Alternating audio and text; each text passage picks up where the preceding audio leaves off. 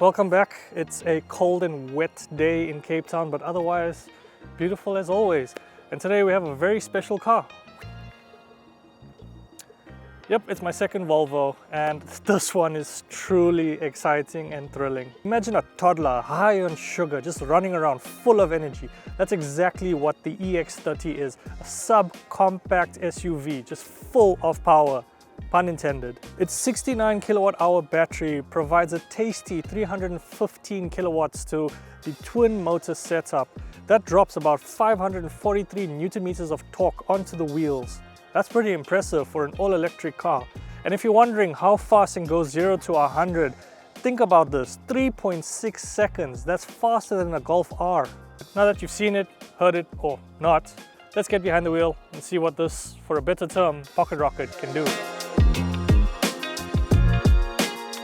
I've got to say, this handles way better than expected. Very nimble, very agile, very balanced, and I think that's because of the battery's position. It's in the sweet spot which keeps the center of gravity quite planted, that when I take corners I feel very confident in doing so. Very sharp response from the wheels, but I have to say the steering wheel is what brings it all down. I feel very disconnected from the road, and it just takes away from the actual feel. Like, I'm coming from a position maybe like of a sports car kind of feel, because this car is very sporty, very fast, but you don't really feel anything from it. And that's basically on me, as a personal experience. I should mention the steering wheel has two settings, light and firm. Light being a little bit more less sensitive to your input, while firm gives you a bit more control. Alright, the driving experience is textbook Volvo. It kind of just glides over any imperfections in the road. Like baby oil. If you know, you know. In addition to ironing out any kinks in the road, it really dampens the road noise and it just sounds wonderful. Or actually, the lack of sound is wonderful. I will say I have been blessed with getting the twin performance all-wheel drive variant of this car, and it just adds to that extra, sprinkle of amazement on top of the driving experience. Just being able to just put my foot down and send it like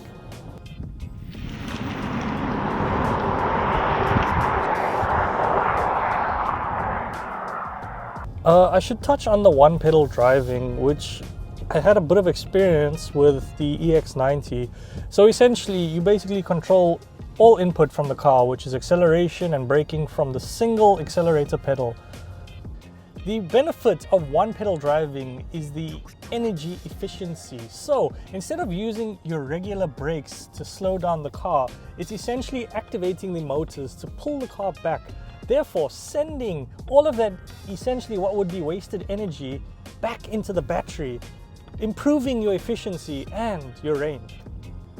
So the two systems that mattered the most to me and really showed off the strengths of the EX30 and some of its weaknesses is the ACC, or Adaptive Cruise Control, and the Lane Keep Assist.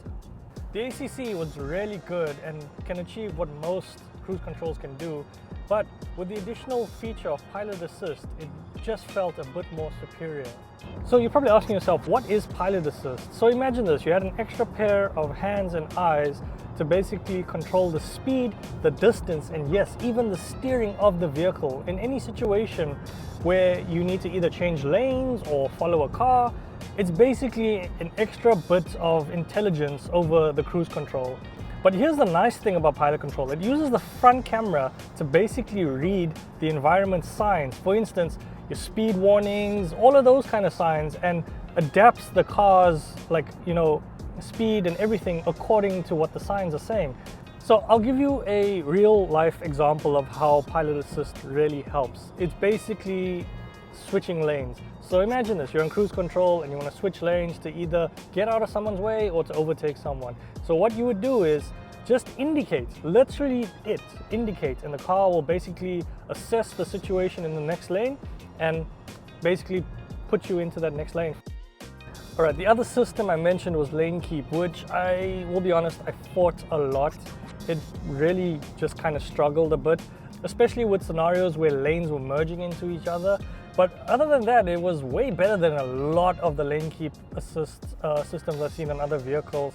And it It wasn't the best in the city, but on the long highway stretches, it played an amazing role, especially paired up with the pilot assist.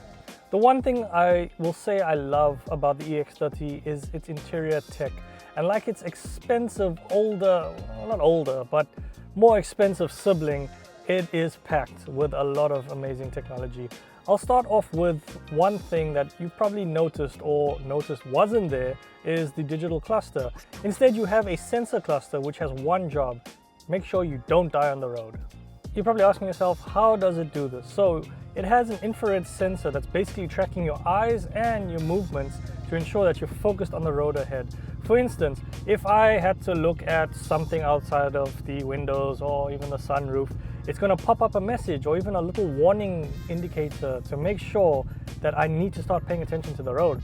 But also, in a more serious case, say if you're falling asleep or something like that, it's going to notice that you actually fell asleep and bring the car to a stop. You know, how cool is that? That's the kind of safety features that Volvo has, developed and nurtured in all of its cars. Look, basically everything in this car is controlled from the 12.3 infotainment touch system. Everything from audio to climate control to basically opening the glove box. Look, I won't mind it if I wasn't warned every couple of seconds that I need to be paying attention to the road.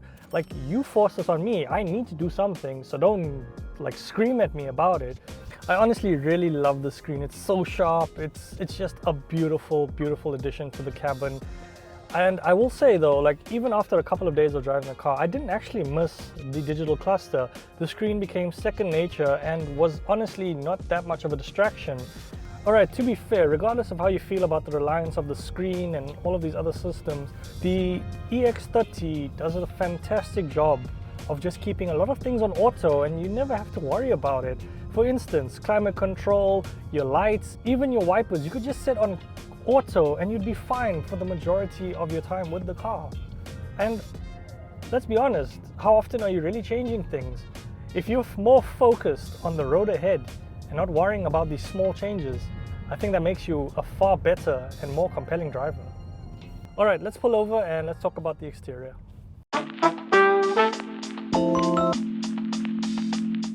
Honestly, love every bit of this design, from the bonnet to the roof to even the lights. It just blends so well. It's so Scandinavian, to be honest. I love it. But what do I mean by it's so Scandinavian? Well, I'm going to start off with the front. What have you noticed? That's right, you notice there isn't a grille, and that's the signature look on all the EVs of Volvo. They don't include a grille. For two reasons. It's kind of like a signature move, but it also assists in reducing any sort of drag, therefore improving efficiency, prolonging battery range.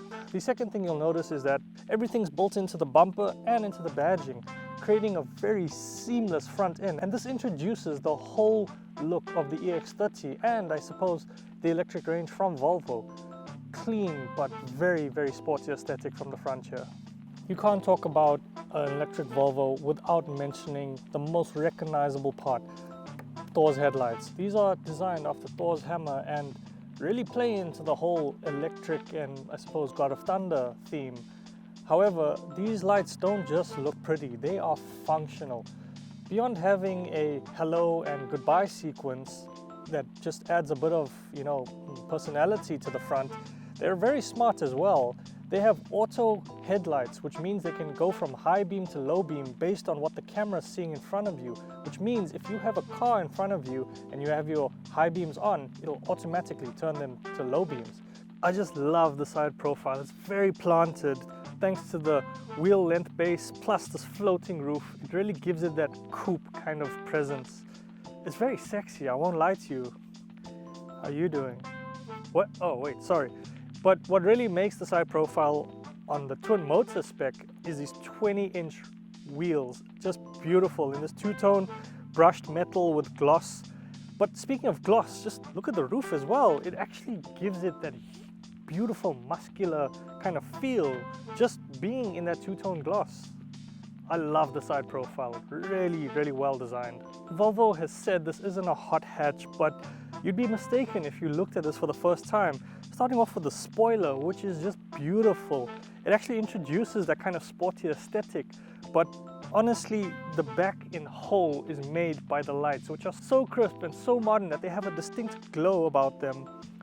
The rear is so clean and uncluttered that all you can really tell by it is the badging, which is basically its only distinctive marker.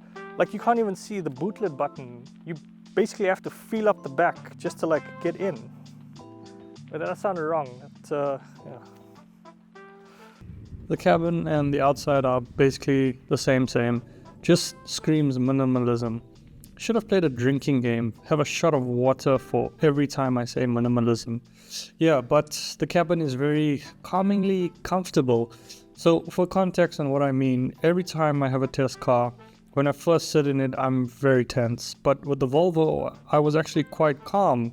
The seats took away so much tension in my shoulders that I actually felt at ease for a very brief moment. The dashboard really makes the cabin. It's minimal, sophisticated, with its soft materials, its lighting, and especially the wheel. Yeah, okay, minus how I feel about the actual steering, the wheel itself is incredible. The placement of buttons has some brains behind it, the shape. It's a very nice sporty wheel, which, might I add, is heated and has been really handy in the cold weather. You have a few comforts in the front, a wireless charger for both your phone and the wireless key, 2 USB-C ports, a sliding cup holder that doubles as an armrest and storage, transparent air vents, illumination on the dash and doors, and a seat that comes with heating and nearly every adjustment possible. Unfortunately, no massage in these. Look, I can't imagine anyone bigger than an average 5-year-old is going to enjoy the space here. As you can see, there's not a lot. Even if the seat was adjusted for a shorter driver than me, there's absolutely minimal space here. But other than that, the experience of the entire cabin from the back is beautiful, especially with the sunroof. It really opens up the space even though it is quite cramped and small. You've got a few comforts like storage here, here, and here, as well as 2 USB-C ports. Nearly every person I've shown this car to has loved the design, and honestly, you can't blame them. It's such a breath of different energy. It's such a different energy on the roads compared to what else we're seeing there. But I think with the cross country coming out soon, it might be one of those Design of the Year awards, maybe. Who knows? But I really think the cross country is going to look excellent, because this is already a 10 out of 10 design for me. So you're probably wondering, what does a performance EV like this do in terms of range? Well, Volvo claims on their website 460 kilometers, but without time with it, we've only managed to get just under 380 kilometers of range, which is still pretty impressive if you think about it. So regardless of the battery's performance, the actual all-wheel drive twin motor performance is incredible. This is the thrilling bit about the EX30. All of the 315 kilowatts of power launching this car, it's just incredible. Absolutely fantastic experience. I just love it. I mean, you don't feel much from the steering, but you can feel the rear wheel bias and the low center of gravity working for that performance. It's just so much fun. The spec is the fastest Volvo has ever made, and it claims to hit 100 kilometers in 3.6 seconds, which we did try a few times, but with no accurate recording device, we couldn't really say what we got. But let's just say it's closer to 4. Woo!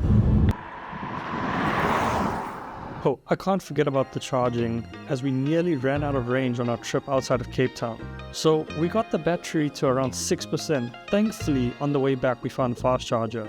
Thanks, Grid Cars. The fast charger got us about a 40% charge in like 20 minutes, which is not bad at all.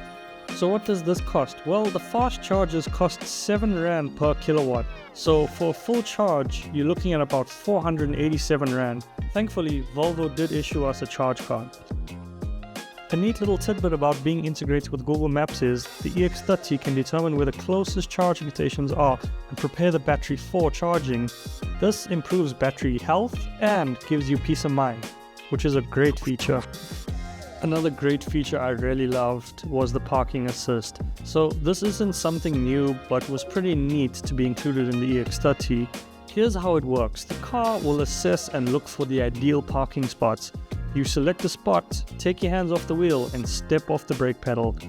This will initiate the parking maneuver. I did test out a few different scenarios: 3-point parking, a parallel parking, and parking on the street between two cars, and yeah, it performed it very well. There was an occasion where I almost hit the front of another car while reversing, so I wouldn't rely on it 100% of the time. Alright, let's talk variants and specs. This is obviously the twin motor performance and starts from 1.1 mil, and you get everything you've seen so far. The single motor starts from 835,000, comes with a 200 kilowatt power output, sitting on 18-inch wheels and a range of 340 kilometers from a 51 kilowatt hour battery. The single motor extended range gives you the same power output but from a 69 kilowatt hour battery with some added love in the form of 19-inch wheels, wireless charger, and Harman Kardon sound system. I don't know why I always end off these videos in the boot of a Volvo, but to be honest, I really do love this car. I know I've said that throughout the video, and I hope you've been taking your shots of water for every time I say minimalism.